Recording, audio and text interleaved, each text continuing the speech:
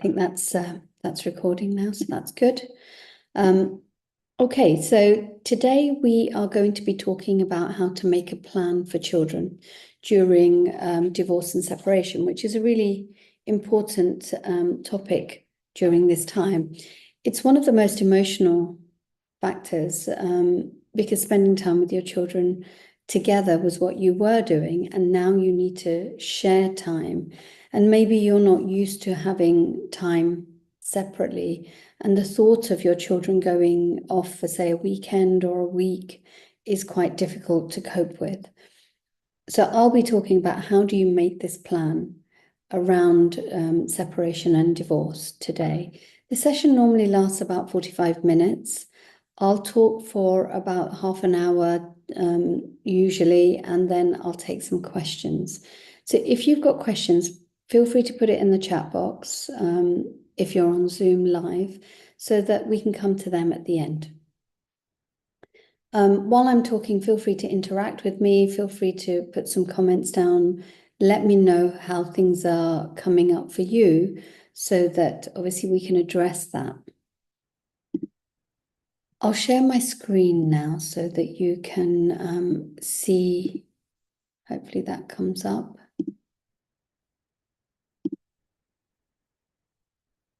That should be the PowerPoint now. Let me know if you can see that okay, and you can hear me all right as well. Okay, so today's session is about children. And before we start, I'll tell you a little bit about me. Some of you may be here for the first time. Some of your names I recognize, so I know that you've been before. But if you've not come across me before, my name is Bhavna Radia. I am a former family lawyer and a divorce expert. I decided that I was going to qualify as a lawyer when I was 11. So this was something that I always wanted to do. And I took all the steps I needed to take to make sure I achieved that. I think I'd watched too much LA Law as a child or something and decided that was what I wanted to do. Once I came out of law school, I went into family law and pretty much practiced family law, mostly a bit of criminal and a bit of immigration as well. I got married and thought that that was my forever, like all of us do. We believe that when we get married, this is it. It's going to be forever. Nobody goes into a marriage knowing that this is going to come to an end. But I thought as a divorce lawyer, I'd seen it all and I knew what kept a marriage together. And quite clearly, it didn't work like that. I was married for 15 years. I have 3 grown-up daughters now, but at the time they were very young. And I realized in 2011 that I was going through a marriage breakup. It was a decision I made, but sometimes you're forced to make a decision that you hoped you'd never have to make. But it was a really difficult time. I went through a really tough time with it. My mental health suffered. The children really were affected by it, besides my youngest, who was 1 at the time. I'd taken a bit of a career break, so I was really worried about the finances, really worried about how I would bring up the children with a full-time job, because I needed to go back to work full-time to be able to afford a mortgage and pay my bills, and I was really worried about that. My ex-husband at the time had not really spent so much time with the children. He was working full-time. And so it was difficult for him, the thought of actually having the children on his own. 3 children, very young. When you've not done it much before, it can be quite daunting. So I did the majority of the childcare. I did the majority of the holidays. So it was very difficult to manage 14 weeks holiday and a baby and working full-time. And it became really tough for me. But over the years, contact, built up. And pretty much we've stayed at every other weekend and now half the holidays as well. So contact has been at that level pretty much the whole of the 13 years. And so I've still brought the children up pretty much on my own. And 13 years later, they're much older and things are a bit easier. But going through my divorce meant that I understood what my clients go through in a greater way. And I felt that working as a traditional lawyer didn't really suit me now that I had knowledge about how this feels, because divorce is not just a legal process. It's so much more involved. It's an emotional time. There is a lot of learning, a lot of making big decisions, and being supported through that. So I work very differently now. But I will come to that a little bit at the end. But coming back to the topic that we are talking about today, this is a major worry that people have. What is going to happen to the children? You know, we can understand that we've got to share finances, but how do you share the children? You know, you've always lived with them together. You've both been involved with them, you know, day to day. You see them every day. What happens when you separate and suddenly you've got to start thinking about life with the children, going to see the other person or living with the other person even? It's hard to think of your children being away from you for any length of time. And lots of people will say that, I just can't bear to be away from them. Over time, it gets easier. I also felt the same. You know, the thought of the children being away from me for a weekend initially was so tough. Like, will he be able to look after them? He doesn't really, he's not fed them before, all three of them at the same time. He's not used to taking them out. How will he manage? And I had all these thoughts, how will I cope? Because often it's a learning for the children, it's a learning for the other person, but it's a learning for us as well. Because I had to learn to manage my emotions. Obviously, children need to spend time with both parents, and I had to manage myself through that and make it easier for myself. And I adjusted over time. You might be worried that the children won't cope without you. Again, the children do adjust and you will adjust. I know I'm at a point when my children are going on that Friday evening. I've got plans, I've got things going on over the weekend, so I don't feel lonely. I'm used to it now, and things do get easier. But maybe you've got that yet to come. Obviously, there's a lot of benefits to the children seeing both parents. I'm not talking about just contact here or custody or residence or any of those words. But for the moment, we're just talking about the children having good quality time with both of you. This is obviously a benefit for them. It gives them a sense of security and stability when they see both of you and they spend time with both of you. It does help them adjust to what's going on, because divorce is a very difficult time for children as well. They may be young, but they know that there is a massive change in their lives. But with good quality contact with both parents, they do well emotionally and socially. They fare better academically and generally in life. They do much better. It can prevent parental alienation.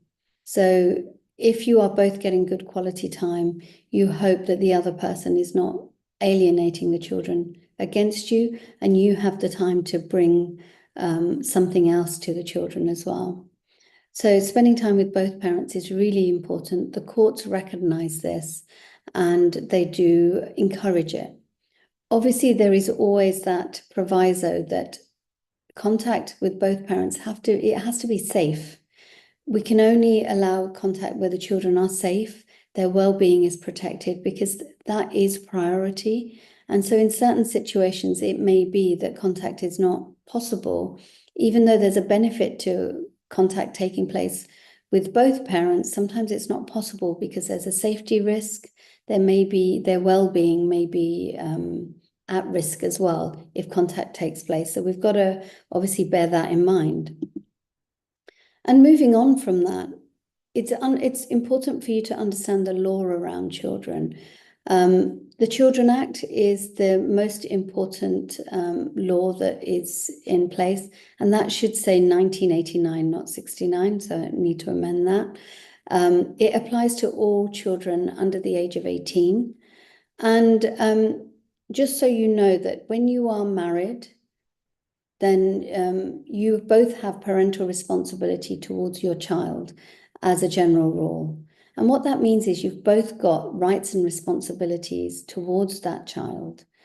If you're unmarried, then if your name is on the birth certificate, if the father's name is on the birth certificate, you would automatically have parental responsibility. In most cases, both parents have these rights and responsibilities. So you and your partner, ex-partner, will have the same rights. Any decision made in respect of the care, welfare of the children, you should always consider what is in the children's best interests, because they are absolute priority. And that includes when you are looking at how to share care of the children during divorce. It's the children's welfare is absolute priority. Any decisions have to take that into account first. If you have parental responsibility, usually you are making decisions together. Both of you have a right to have input in the children's educational needs, religious upbringing, medical needs, what's in their best interest. So anything like that, you would be making decisions together. So when we look at the children's health, emotional, and educational needs, that's something that when you're making decisions around sharing care, we have to look at their health, emotional, and educational needs. Some children have health needs, which could mean that they've got regular medical appointments, they may need vaccinations, they may need medication. And when you are looking at how to share care, you need to think about which parent is able to meet the child's needs around their health. Does one parent work part-time? Is one parent more able to help their child with any health needs? And health needs also include mental health needs. So what needs do your children have around their mental health, around their physical health? And what support do they need? Who is best out of you and your ex-partner to support the children around their health needs? So that's one aspect that the court would take into account if you were planning for the care of your children. Does your child have educational needs? Excuse me. What are they? What educational needs do they have? And how can you work together to help your child? So you need to try and make sure that during a separation and divorce that your child's education is not disrupted as much as possible. So this might involve coordinating together to ensure that the child attends the same school. It might be that transportation arrangements are made to accommodate a change in schools. If you have to do that, it's always better to keep stability for the children around education. They have made friends there. It's what they know. Things are changing at home, but you should try and keep the same school for the children if it is possible. Parents should communicate with teachers and other school staff to make sure that the child's needs are being met and any issues and concerns are addressed straight away. Both parents have a right to information from the school around their children. So, one parent isn't under a responsibility to provide that information. Both parents should be receiving it from school. So take your children's educational needs, mental health needs, physical health needs into account to try and plan for what is best for them. But a child's age is relevant as well. If the child is very young, then it might not be appropriate for, say, for example, children to be brought back home late after contact. So sometimes we have it that if you've got a 5-year-old or under, that they need to be home, maybe back at home at 5 o'clock, even 6:30. So then they've had dinner, they're ready for bed, and they go to bed at their usual time. We don't want their routines disrupted too much because they will struggle. So you need to think about the times that the children come back, the times the children leave, depending on their age. If the children are much older, if they're, say, 15, then they don't need to be home at 5 o'clock to make sure they've had their dinner and bath and in bed. It might be that it's possible that they come back at 8:30, having had dinner with the parent that was looking after them. And then they've got enough time to wind down, get ready for school, get into bed at a reasonable hour. So you need to think about the children's needs according to their age when you are planning out contact arrangements or shared care, whatever you want to call it. Another factor that needs to be taken into account is any harm that the child has suffered or is at risk of suffering. So this is what I mentioned before. When you are making plans, although you've both got the same rights and responsibilities, and obviously it's a benefit for the children to spend good quality time with both of you, we have to take into account the children's any safeguarding issues. It's a really important consideration. If you believe that there are safety considerations here, if you believe that there are concerns that you have around their well-being, they're at risk for any reason, then you have to adapt the time that the children spend with the parent that may cause risk. Or it might be that supervised contact is more appropriate. It might be that indirect contact is more appropriate. So you need to think about these things when you are looking at making a plan. Another thing that you need to take into account is how capable are both of you to meet the child's needs. So consider things like who can do the school runs, who is there available for medical appointments, who can manage homework and bedtimes. So who's more capable of meeting needs? And another thing that I think one of you asked is, how are the children's wishes and feelings taken into account? So when we're looking at how time is shared between parents, the children's wishes and feelings are taken into account. It does depend on their age. So if you have a child aged 15 who says, I want to live with this parent, and this is the contact that I believe is right for me, then it has more weight than a child that is 5 or 4 maybe. So children that are younger, their wishes and feelings will be discussed, of course. CAFCAS, which is like social services that are involved in court proceedings, would talk to children in an age-appropriate way and find out what their wishes and feelings are. A 5-year-old will be very limited in what they can say, and their wishes and feelings aren't taken into account as much as a 12-year-old. A 12-year-old has an idea of how they're feeling. They're able to vocalize what is going on, how they're feeling about things, what their concerns are, and that would be taken into account. So it is one factor amongst others. Sometimes a 12-year-old may be thought of as, you take their wishes and feelings into account, but it is for the adults to decide what is in their best interests. So a 12-year-old may say that I want to live with parent 1, and I only want to see parent 2 on weekends. And it may be that the previous pattern of care was that parent 1 always looked after the children and parent 2 did long hours at work. Parent 2 is now willing to change their work schedule to have more time with the children, and they're willing to learn and get sort of phase that in slowly so the children get used to parent 2 being around. And so you have to bear in mind what the historical pattern of care is. And of course that is relevant, but we also have to bear in mind that parent 2 may be willing to change their work hours, may be willing to spend more time with the children to build that rapport, build that bond, and be able to take on more responsibility. The court would allow them to have that time. And it may be that when you are agreeing arrangements, that you do it as a phased-in approach. And I'll talk a bit about the different approaches, but a phased-in approach. So it may be that parent 2 has a couple of overnights to start with, every other weekend, and then that increases as the children get used to it and parent 2 gets used to it.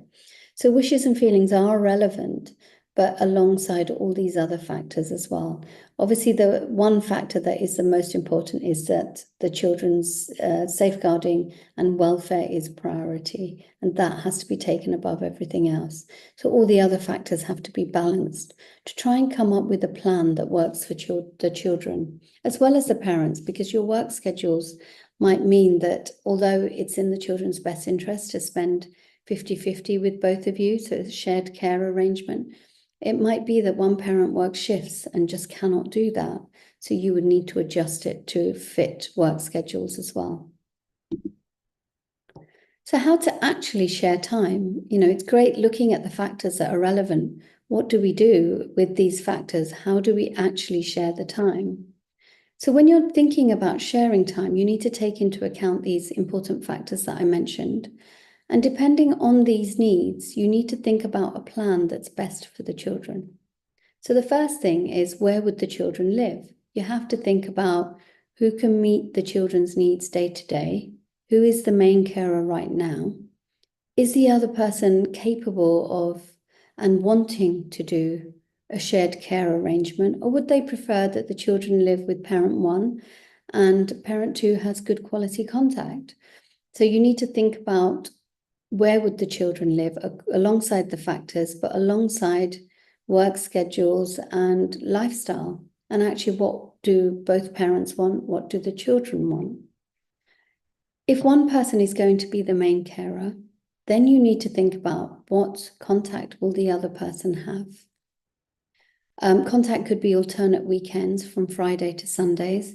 This is usually the basic contact that you would expect to see. So say parent two has Friday to Sunday on week one. On week two, they don't see the children. Week three, they have Friday to Sunday again. So that would be basic contact. And usually parents agree shared holidays, but sometimes there will be differences to that because, say, for example, one parent can't do half of every holiday because of their work schedule. It might be that they have, say, 1 week at Christmas, 3 weeks at summer, and they don't do any other holidays, but you would need to agree that. And there are many variations on contact. And you need to arrange this according to the school, according to where both of you live and the children live. Extracurricular activities, for example, it might be that a child does football on a Saturday morning and parent one, who the child lives with, they have to take the child to football, and parent two picks up from football because they can't get there early enough to take the child to football. So you need to work all of this through according to schedules, the child's schedules, your schedule, and work and other things as well. So think about what variation of contact would meet your child's needs and alongside the adults' schedules as well.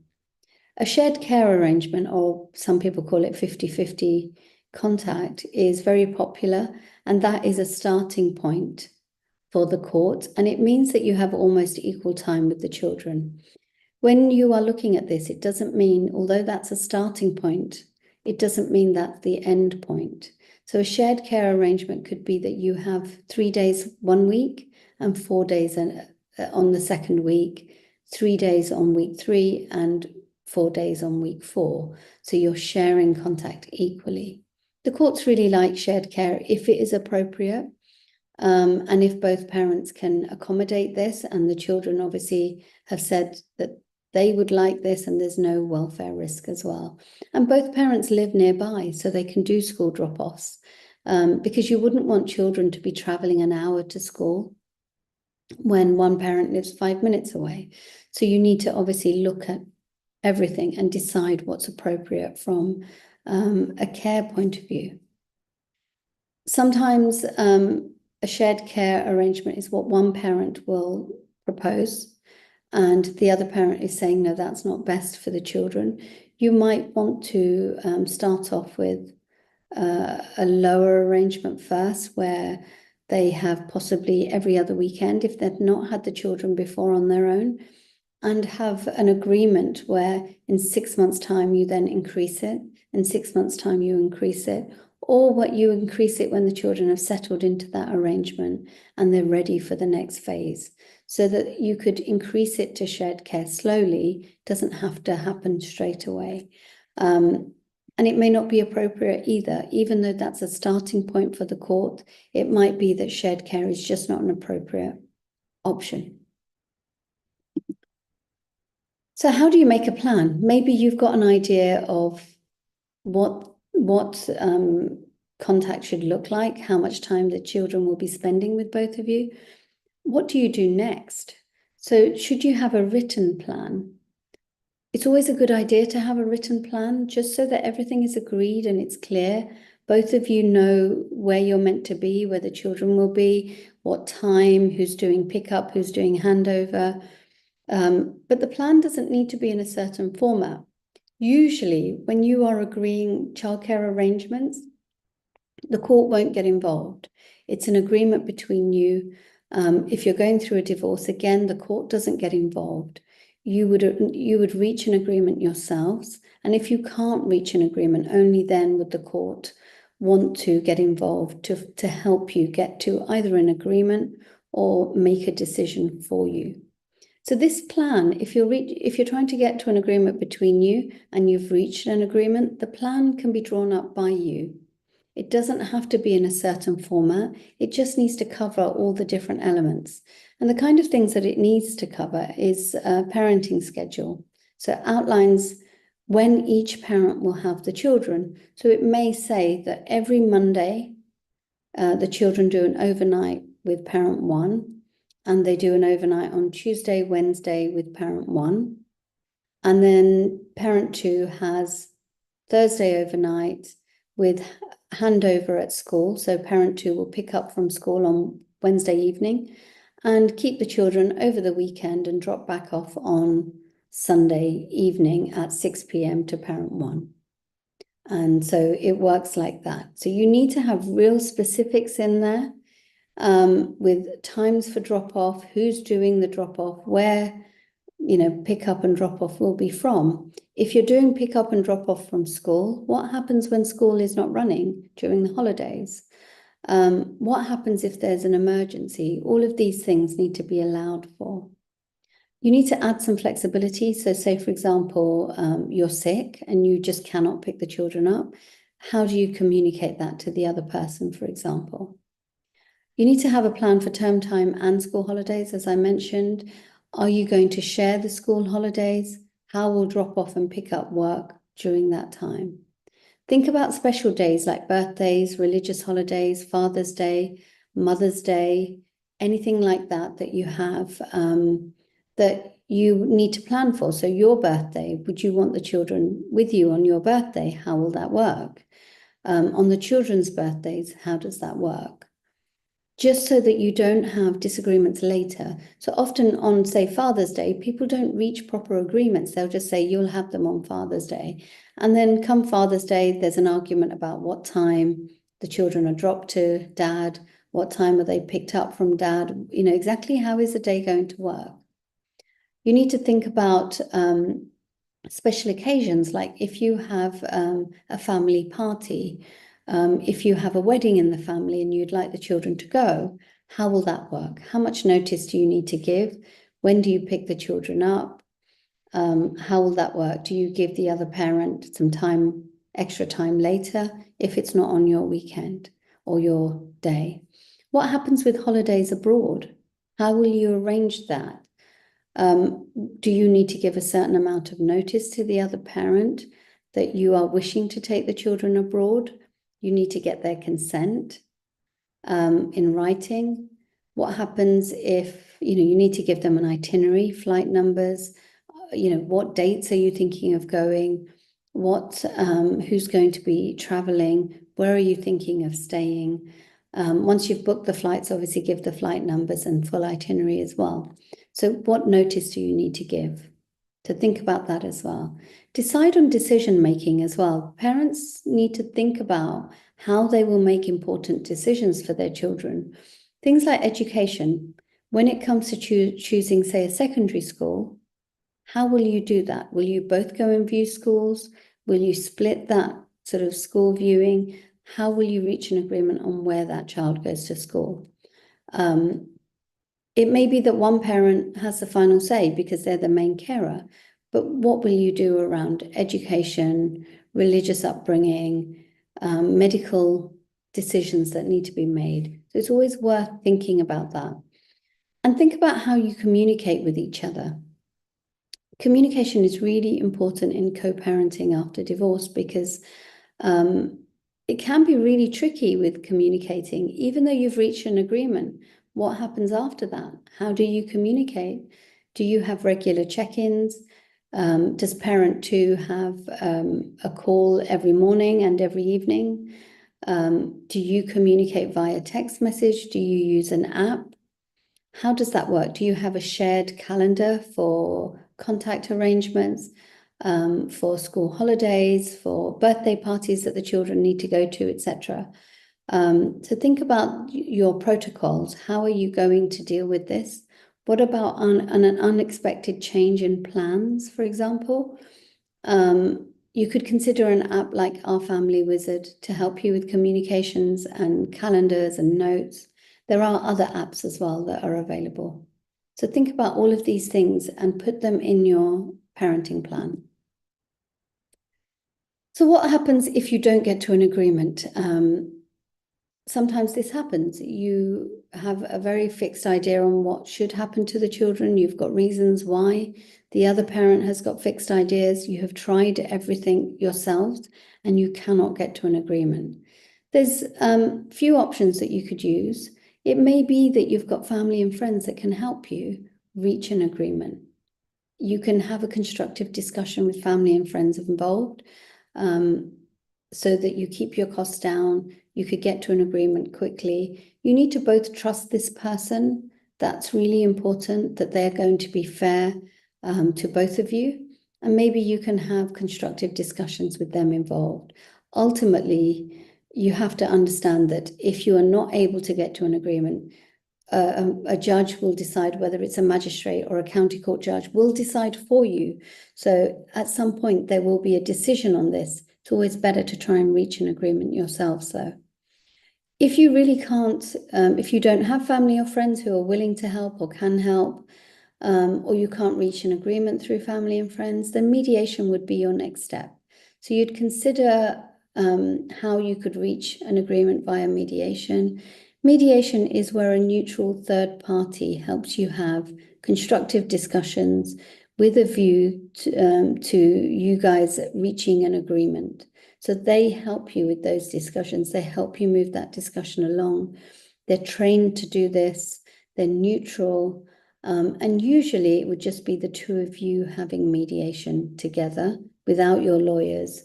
And sometimes mediation is not appropriate because there's been, say, domestic abuse, or there's an injunction, or maybe you feel intimidated by the other person, so you don't feel mediation would be the right thing for you. Sometimes the other person won't engage in mediation. So as it's a voluntary process, you can't force them to engage. So then the next alternative would be court proceedings. And obviously this is an expensive, stressful way of trying to get to an agreement. So it is a last resort. You don't want to jump into court proceedings easily, but it is an option that is available to you if you can't get to an agreement. And throughout the court proceedings, the judge will be saying, can you please get to an agreement? Go outside and reach an agreement. And it's all about you still trying to get to an agreement. So it's obviously better to try and get to an agreement before court proceedings, rather than starting court proceedings and getting to an agreement because you know you're forced to. Obviously, if you can't get to an agreement, either outside of court or going back to mediation or in any way, then a judge will decide for you ultimately. So, these decisions need to be made, and a judge will take that and tell you what's going to happen with the children if you can't agree. So hopefully that so far has been helpful. There is a lot of information, and everybody's situation is so different that we need to kind of cater it to a situation. So I thought that what's useful is a case study, so you can see how it works in practice. But there's never just one answer to how to share time with children. There could be multiple different options available. And I'll just take you through a client of mine and the scenario that they were in, so you can get an idea of how they got to an agreement. So why did Amanda, who has two children, aged 2 and 5, she started divorce proceedings, why did she struggle? Obviously, they both wanted to get a plan for children before the finances. You know, that it's something that's an emotional topic. You're going to be worried about what happens with the children. So why was Amanda, who was my client, so worried? She had always been the main carer. She's been working part-time throughout the marriage when the children had been born. Her ex-husband works really long hours, so she worked part-time to be the main carer. Their roles were such that he worked longer hours, he brought in more money. She took the responsibility of looking after the children. Her ex-husband had only had the children for 2-3 hours at a time. He hadn't had them longer than that. He struggled to cope with the children because they were young. And he didn't want the children left with him for longer than 2-3 hours, even when they were together. He's now saying that he wants a 50-50 arrangement. He has had legal advice. He's been told that that's an option. He wants a 3-4 arrangement, which is he has 3 days on week 1, 4 days on week 2, 3 days on week 3, 4 days on week 4. So that's exactly a 50-50 arrangement. She's worried that he's never had the children on his own and he won't be able to cope. So how could she agree to this arrangement when she's quite worried about the children? Obviously, she wants to get back to work. She wants to work full time because she may need to. So she needs for her ex-husband to have lots of time with the children, but she's worried about how this will work. She's also worried about whether he actually wants this or whether he's doing it to hurt her, or to get a better financial settlement, which lots of people are worried about.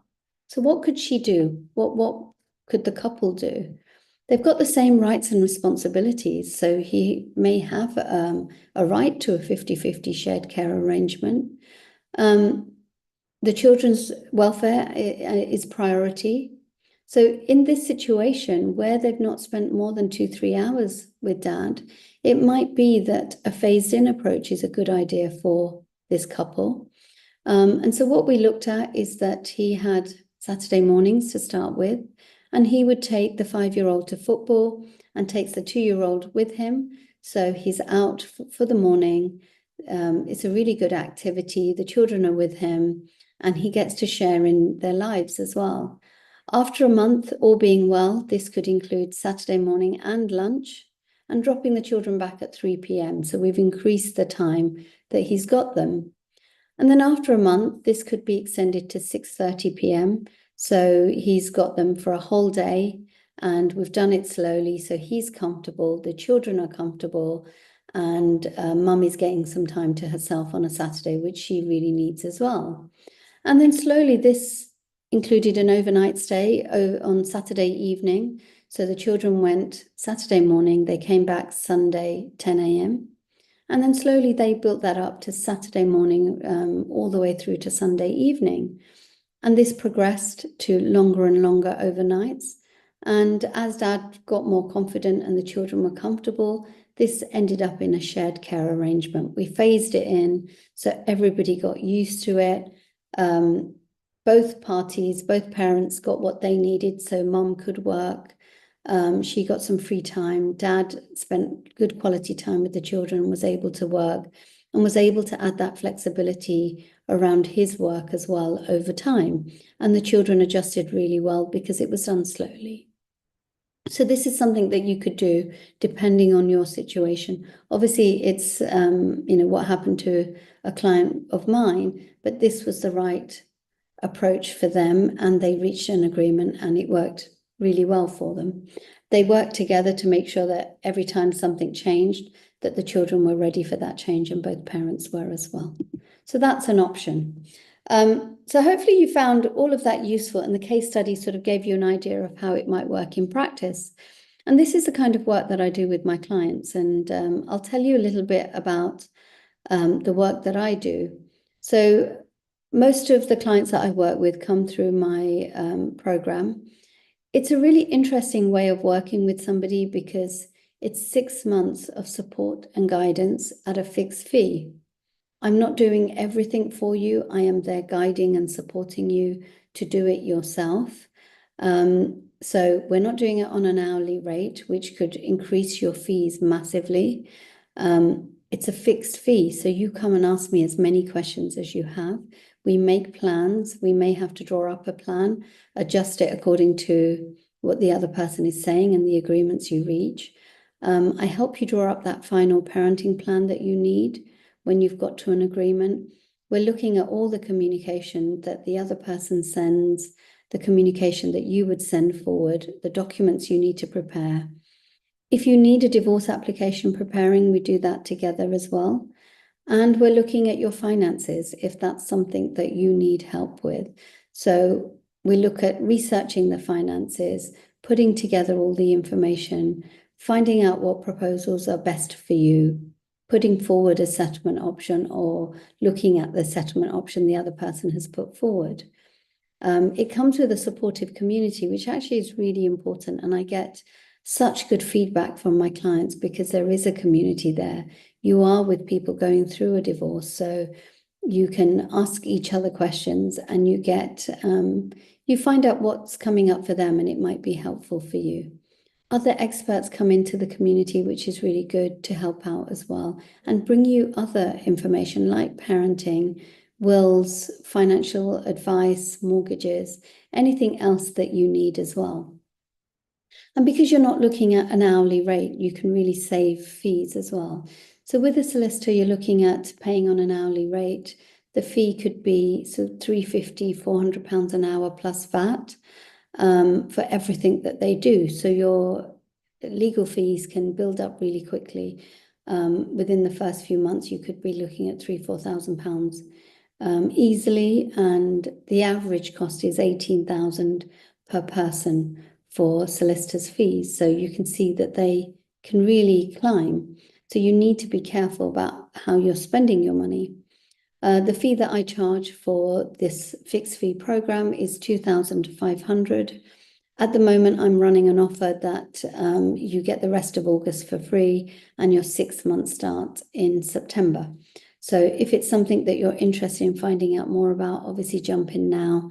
We can have a chat and see if it's right for you and talk through how the program works so we know that it's exactly what you need.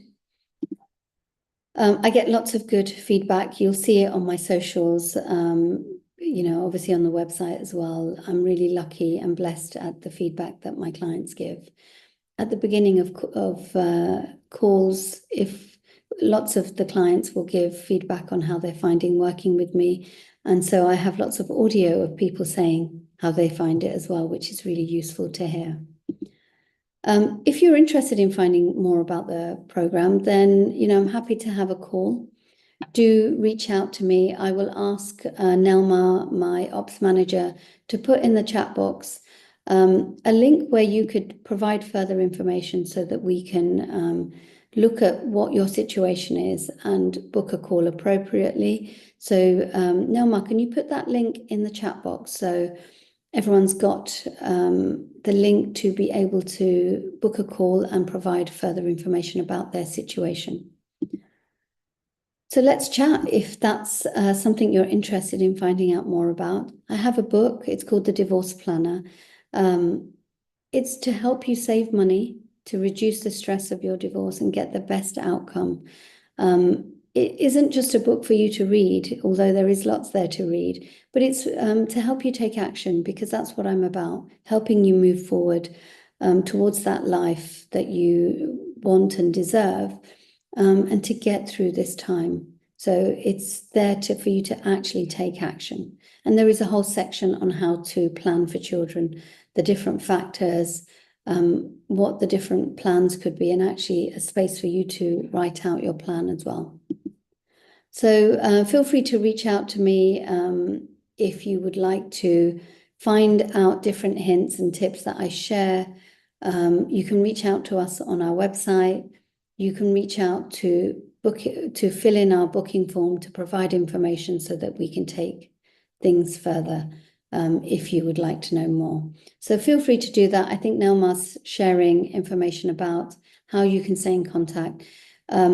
These talks are on YouTube, so feel free to subscribe to our YouTube channel. We'll be sharing lots of videos and helpful things on there as well. So I'm going to stop sharing.